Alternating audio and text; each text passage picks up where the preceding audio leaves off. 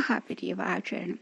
ஸ்ரீ லலிதா ரகசிய சகஸ்திரநாமத்தில் பக்திவதைகள் அம்பிகையின் நாமங்களாகச் சொல்லிக்கொண்டு 3 கூடங்கள் உடையதான மந்திரத்தை உடையவள் என்று திரிகூடா என்று சொன்னார்கள்.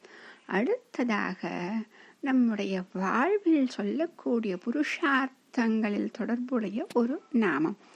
ஓம் காமகோட்டிகாயை நமஹ.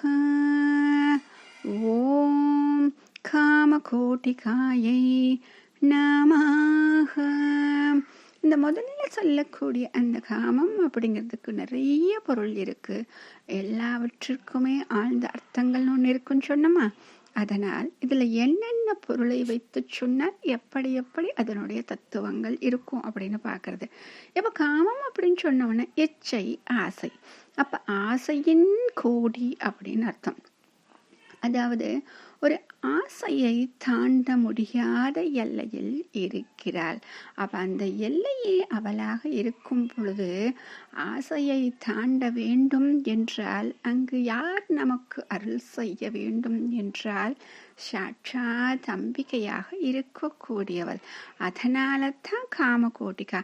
அப்ப அவளை அடைந்து விட்டால் வேறு ஒன்றுமே கிடையாது அப்படின்னு சொல்லக்கூடிய அடுத்ததாக இருக்கக்கூடிய நிலையை நமக்கு கொடுப்பார்.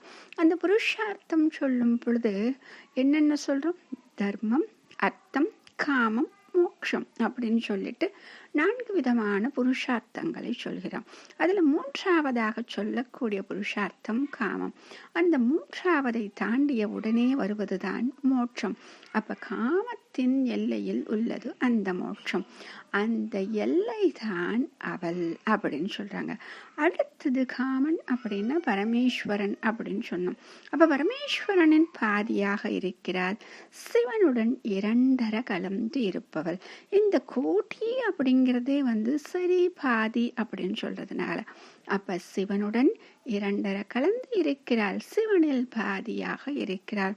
அடுத்தது காஞ்சியில் இருப்பதால் காமகோட்டி என்னும் பீடமாகவே இருப்பவள் அப்படின்னு அர்த்தம்.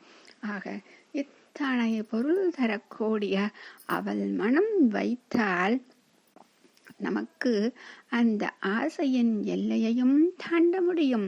அடுத்ததாக இருக்கக்கூடிய மோட்சத்தின் வாயிலையும் நாம் அடைய முடியும். மகாபெரியவாழணும்.